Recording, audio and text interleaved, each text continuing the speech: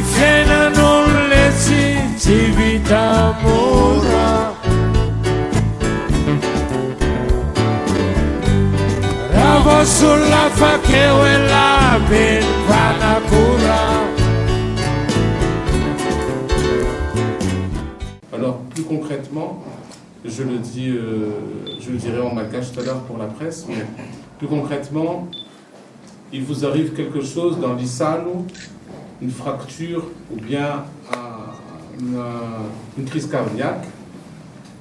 L'assurance des étrangers fonctionne surtout, à partir de cet instant-là, ça fonctionne. Seulement le problème, c'est que parfois, ils demandent des éléments d'analyse complémentaires, des radiographies, des choses comme ça. Et en brousse, en pleine forêt, comme vous le savez, on ne peut pas avoir ça. Et même pas dans les districts, on peut avoir ça.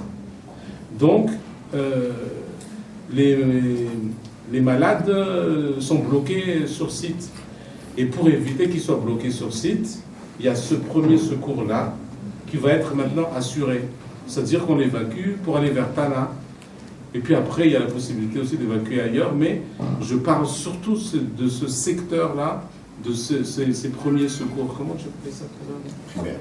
Oui, le primaire. Secours primaire. Secours primaire. Je parle surtout de ce secours primaire. Les Malgaches, les Français, tous les étrangers peuvent bénéficier. Ça nous est Malagasy, Teratan Malagasy, Zatan.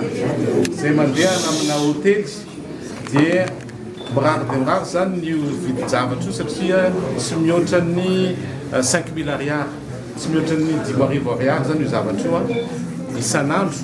Rehefa tonga amin'ny hôtel ianao dia mandoa an'io zany 10 arivo ariary isan'andro dia afaka mahazo évacuation.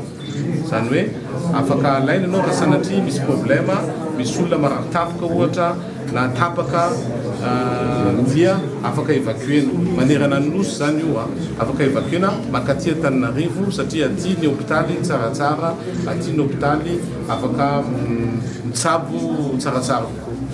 Ho an'ny vahiny dia ho an'ny vahiny rehetra izay mandeha amina hôtely dia azo an'io zavatra io ihany koa zany izy zany hoe misy le premier secours eto Madagasikara zay manerana an'izao tontolo izao amin'ny firenena mandroso misy le izy fa eto amintsika tsisy. Raha sanatria ny vava zany ianao io zao nisy olona tapaka ny lohalika tany mitsingy tany tavela tao anaty ala tao le olona. Rehefa tavela ao anaty ala zay dia hoe manana assurance ako avy any velany, malaza be ty assurance ty fa tsisy problème. Efa tsona zareo avy any velany alaina io raha io raha ohatra ka vita ny radio hoe hita marina hoe tapaka izy, vita ny analyse médicale rehetra, vita ny fangalana tension sy sisa. Olona anaty ala le olona tsy afa mihetsika dia eo zany tsy afaka miasa le assurance avy any velany. Efa ny tena assurance anisan'ny faran'izay malaza. Dia ty première intervention ty zany olona efa zatra miasa eto nandritra ny roapolo taona mahery izy zany no andeha haka an'le olona any anaty ala any. Raha ohatra ka le olona nandoa an'le vola isan'andro amin'ny hôtely izay misy anazy.